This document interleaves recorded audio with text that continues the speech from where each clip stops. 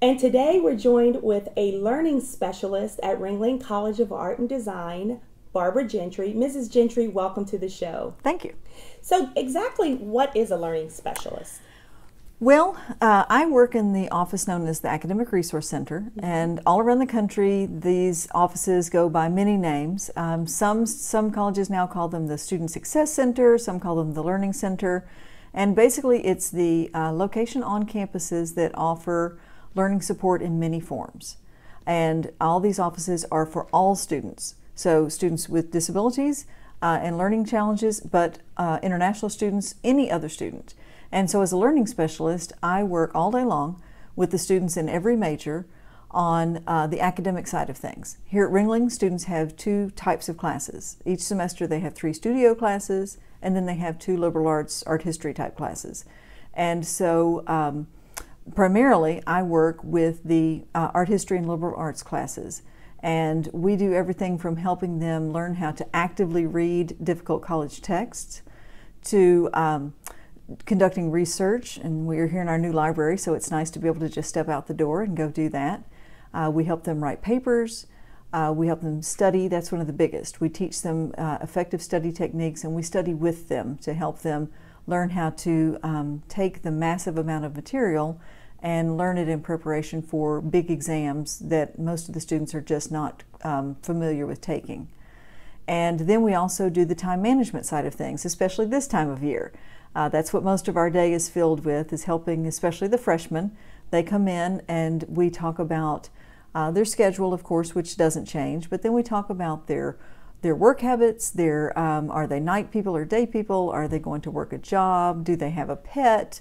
Do they want to do yoga? Do they want to go and visit grandma? You know, and we try to help them make a weekly calendar that fits everything in that they want to do. Interesting. Then we tell them to go live with it. I always say put it beside the mirror so that when you brush your teeth in the morning and at night, you see it and you think about it. And you can ask yourself, is this working for me? Is it not working for me? We also give them, I give them some tools to use with technology because none of us go anywhere without our phone. Right. So I say, don't set yourself scheduling things all day because you won't pay attention to it. But I always ask them, what are the activities that you can get lost doing once you let yourself start doing them. For some people, it's talking with their friends after dinner. Right. For others, it's going to somebody's room to play the newest version of a video game. For others, it's binge watching Netflix, or watching crazy cat videos on YouTube, or shopping for shoes online, or just, and everyone's different, right? And we don't want them not to have this time, but you have to learn to manage it. So that's when I say use your phone. Set yourself an alarm and decide ahead of time, okay, I'm going to give myself an hour to watch an episode of Game of Thrones, and then set your alarm so that you really do stop and then get back to work doing what you want to do. Great tip. That's a fantastic tip. And especially the one when you're talking with your friends.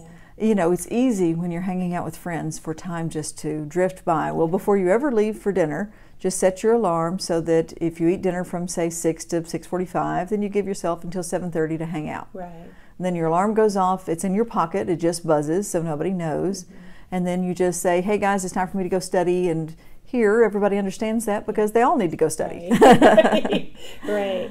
So do you find most students struggle with transitioning from high school into college? It's just very overwhelming, very different? And I think different students struggle with different things. Okay. Some struggle from the fact of being away from home. Of course, they're homesick, they're taking care of everything on their own now. Other students struggle with the whole organizational time management piece because they come from a home life where mom has done it all. Yeah. Others struggle from being overwhelmed with the academic piece. Maybe the courses here are more challenging than where they come from, and so they just feel very overwhelmed. I talked with a young lady, and she, English is not her first language, and she said, I just know everybody in the room is smarter than I am. And I told her, I said, I can promise you that they're not. Right.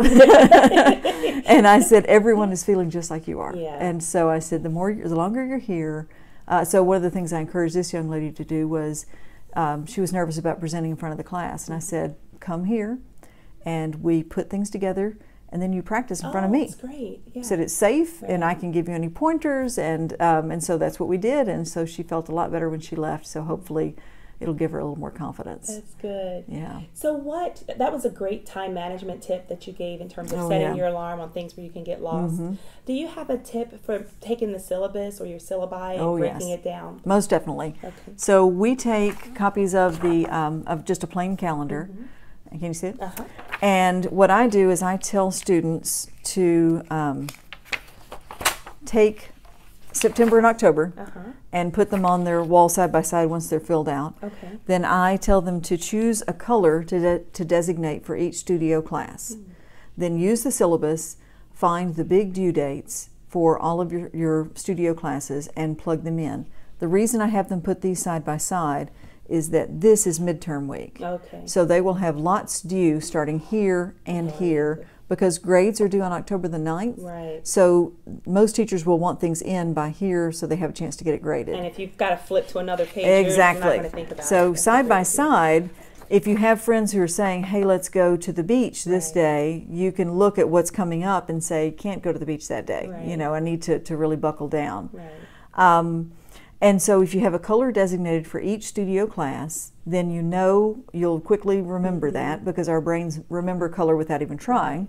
And then you will associate what's due when, and then it really does give you a picture. And you will see that all of the classes will have things due at the same time. Right. That's just the way it works out. Yeah. So, but the beauty of the specific time management plan is that when you look at those things and you start to get sort of overwhelmed and freaked out, when you work with Paula and I, we can help you do a plan to help you realize that there are enough hours in the day to get it done. Right.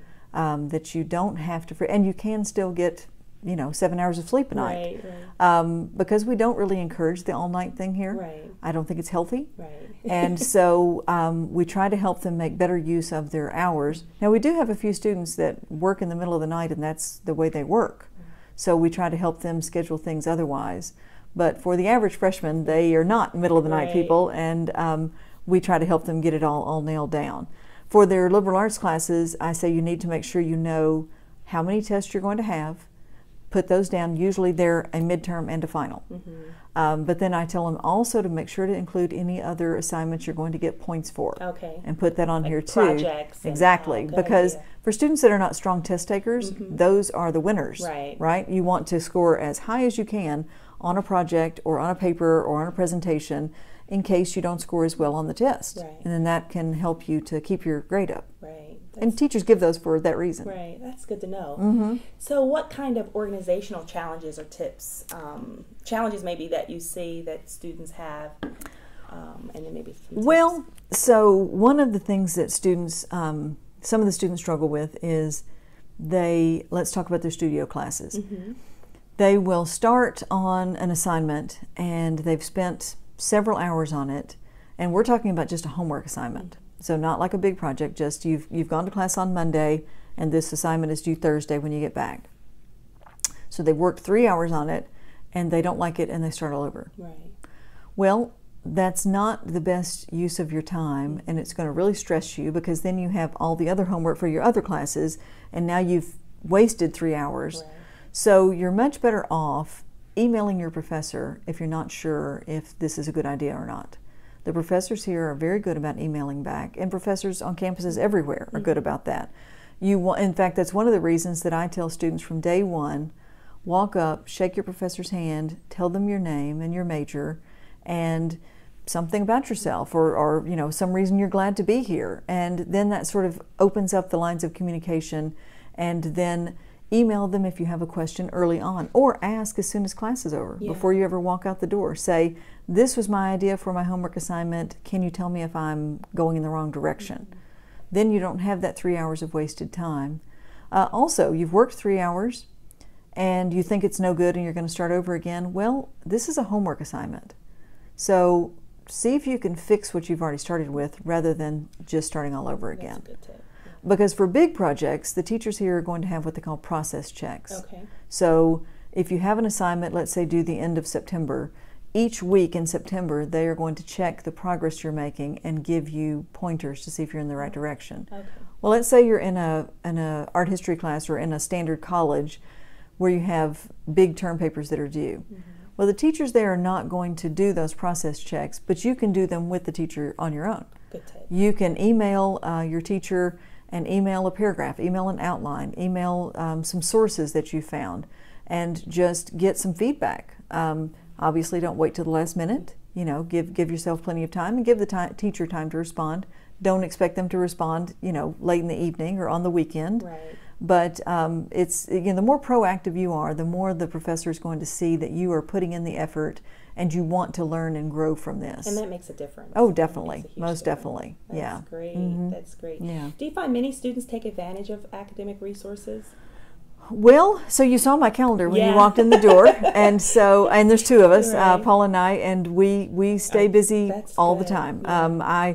We don't schedule lunch because then there are always those ones who are like, I forgot to make my appointment. And so you say, come in, and as long as you don't mind if I eat my peanut butter sandwich, we'll talk. Or I go visit classes. Today I went during lunch to visit the ESL class. Okay. And we are really busy. Now there'll be probably a lull maybe right after midterms that week where we have certain students we see every week. Okay.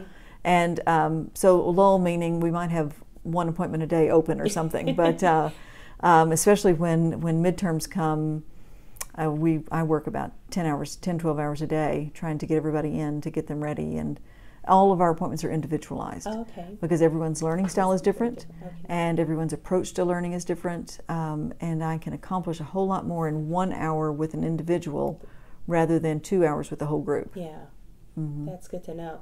So I'm sure it probably helps alleviate some of the stress. I mean, most definitely. Most definitely. The transition. Which is good, and something I did not have. Or if either. I did have, I didn't know about it, but I'm sure I probably didn't have it. No, we didn't have it when I was in school. So definitely I recommend that all students seek out these resources on their campus. Mm-hmm. Now, not all campuses will have an adult. Mm-hmm. Many campuses have a very wide ring of student tutors, but they know their stuff and make use of that. So whatever learning center you have on your campus, go seek it out and take advantage of that, because so for example, I studied with a young man, and he is from China, mm-hmm. and Yao will be the first to tell you that what it takes him 5 hours to do, he and I can do in an hour. Right.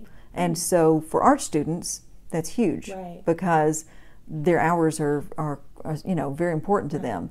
And students at all campuses, their time is very important. And so if you can accomplish something with a tutor or with a learning specialist in an hour that would take you a lot longer on your own, that's a win-win for everybody. Yeah, that's good to know. Mm-hmm. So as we end, do you have any final tips maybe for parents? Is this something that's initiated by the student when they first come in? It is. Or the parent kind of walk them through it? I mean, what's typical? What's a good transition? Well, okay, so first let me say this, that transition begins in the senior year, the junior year really. Okay. And meaning that parents have to start letting go of the reins a little bit. They need to start putting the ball in the student's court. And if there's a fall, mm-hmm. you're there to help them pick the pieces up and to learn about that then.